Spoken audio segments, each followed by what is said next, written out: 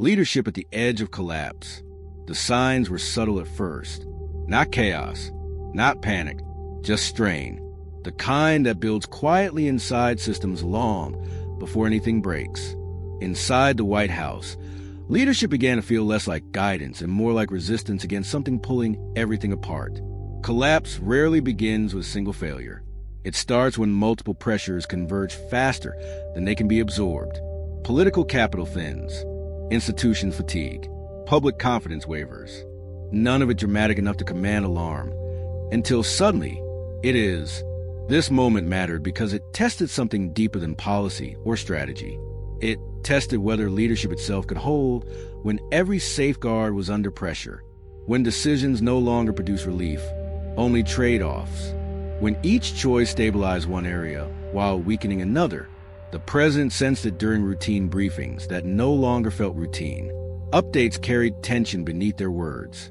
Advisors spoke with caution, not because they lacked information, but because they knew the margin for error had vanished. What once felt manageable now felt brittle. The strain came from every direction at once. External pressure intensified. Domestic expectations hardened. Institutions designed to absorb shock began showing stress fractures. Nothing had collapsed yet, but everything felt closer to it than before. What made the moment dangerous was familiarity. Leadership often survives by believing it has weathered worse. But this was different. The usual tools, messaging, compromise, delay, no longer produced stability. They only slowed deterioration. The White House was not facing a single crisis. It was facing the limits of endurance. The president understood what was at stake, not just outcomes, but legitimacy. When leadership appears reactive rather than directive, confidence erodes quickly, and once confidence fractures, recovery becomes far more difficult than prevention. This was the edge. Not past it, but close enough that every decision now carried the risk of tipping balance into collapse. The next steps would not determine success or failure in the usual sense. They would determine whether the system held or gave way, and in that realization, leadership entered its most unforgiving phase. As pressure mounted, the White House shifted from managing events to managing endurance. Advisors began asking different questions. Not how to win, but how long systems could hold. Not how to advance, but how to prevent retreat from becoming collapse. The president recognized the danger of this phase immediately. When leadership focuses only on survival, it risks losing direction. Yet ignoring the strain would invite fracture. The balance between action and restraint narrowed to almost nothing, leaving little room for error. Every briefing now carried an unspoken tension. Data was accurate, but incomplete. Projections were cautious, but fragile. Advisors no longer argued about best outcomes. They debated thresholds. How much pressure institutions could absorb, how much uncertainty the public would tolerate, how much credibility could be spent before it ran out. External actors sensed the strain as well. Their actions became more probing, less predictable, not aggressive enough to justify escalation, but persistent enough to test limits. Each response from the White House was measured for weakness, resolve, and fatigue. Leadership was being evaluated in real time. Internally, the cost was mounting. Decision fatigue set in. Trade-offs accumulated. Fixing one problem exposed another. Stabilizing one front weakened another. The administration was no longer choosing between good and bad options, but between bad and worse ones. What made the moment especially volatile was its duration. Collapse rarely comes from one wrong decision. It comes from too many difficult decisions made under sustained pressure. The president understood that the risk was not a single failure, but cumulative erosion. Advisors debated whether to pause, reset, or push forward. Pausing risked signaling paralysis. Resetting risked admitting loss of control. Pushing forward risked breaking what remained intact. None of the choices offered relief. All of them demanded sacrifice. The president asked the hardest question of all. What breaks first if we miscalculate? The answers were sobering. Public trust, institutional coherence, international credibility. Once broken, none of them could be repaired quickly, if at all. Silence followed, heavy with recognition. Leadership was no longer about progress. It was about preservation under pressure. The edge of collapse was not a moment, it was a condition. And from here, every decision would either stabilize the system slightly or push it closer to the point of no return. The conflict reached its peak when the president acknowledged what no one wanted to say aloud. The system could not absorb much more, not because it was weak, but because it had been carrying too much for too long. Every safeguard had limits.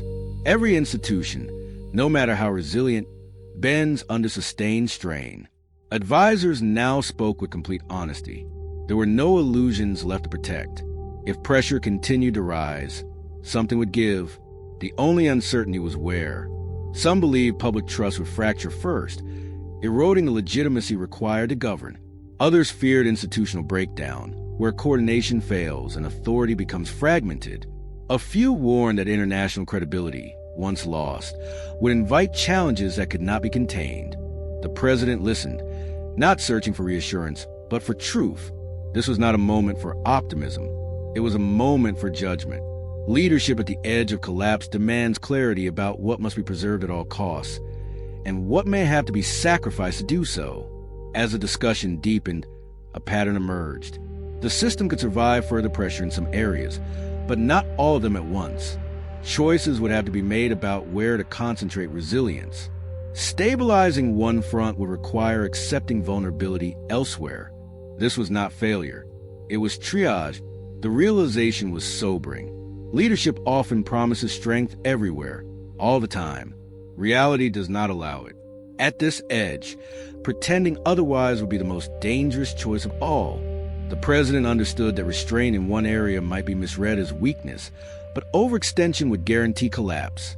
Silence filled the room again, different from before. Not hesitation. Alignment. The conflict had resolved itself into a single truth. Survival required prioritization, and prioritization required acceptance of loss. The president prepared to make a decision that would not feel like leadership in the traditional sense. There would be no decisive victory, no turning point celebrated in speeches, only a deliberate choice about what to hold and what to let strain. Leadership at the edge of collapse is not about saving everything. It is about ensuring that what remains can still stand. And in that stillness, the weight of that choice became unmistakable. The decision was made with restraint, not resolve.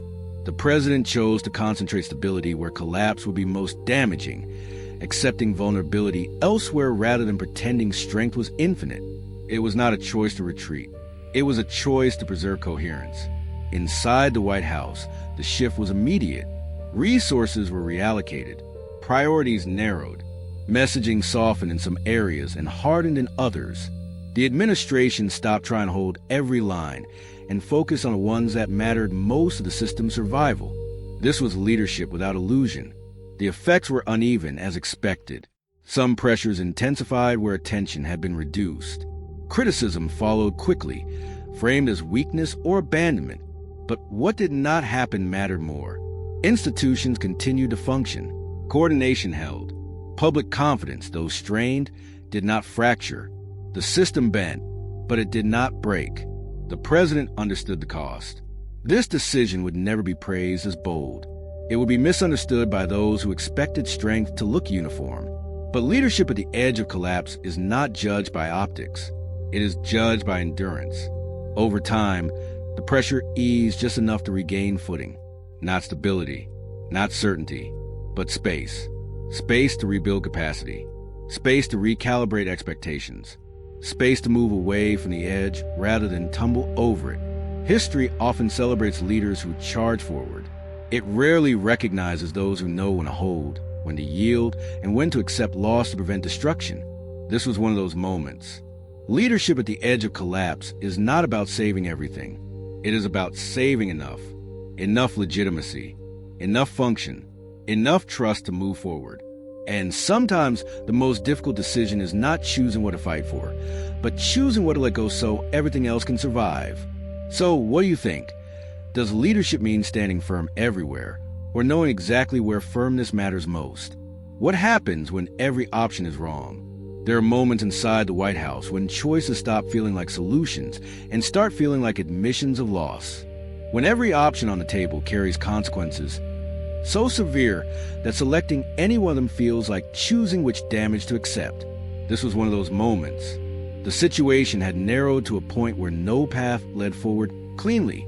Advisors had exhausted analysis. Scenarios had been modeled and remolded until their differences blurred.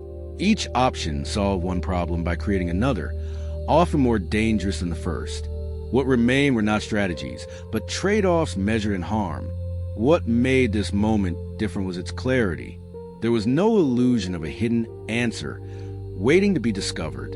No missing data that would suddenly reveal the right move.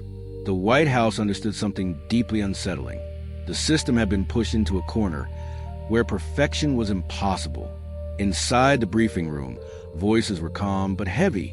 No one argued passionately anymore. Passion implies belief in a better outcome. Here, belief had been replaced by realism. Advisors spoke in terms of limits, thresholds, and damage control. The language of prevention had overtaken the language of success. The president felt the weight of that shift immediately. Leadership often means choosing the best option available. But sometimes, leadership means choosing among outcomes that all violate the values you're trying to protect. Security versus trust. Stability versus credibility. Action versus restraint. This mattered because it exposed a truth rarely acknowledged publicly. Power does not guarantee good choices. It only guarantees that choices must be made.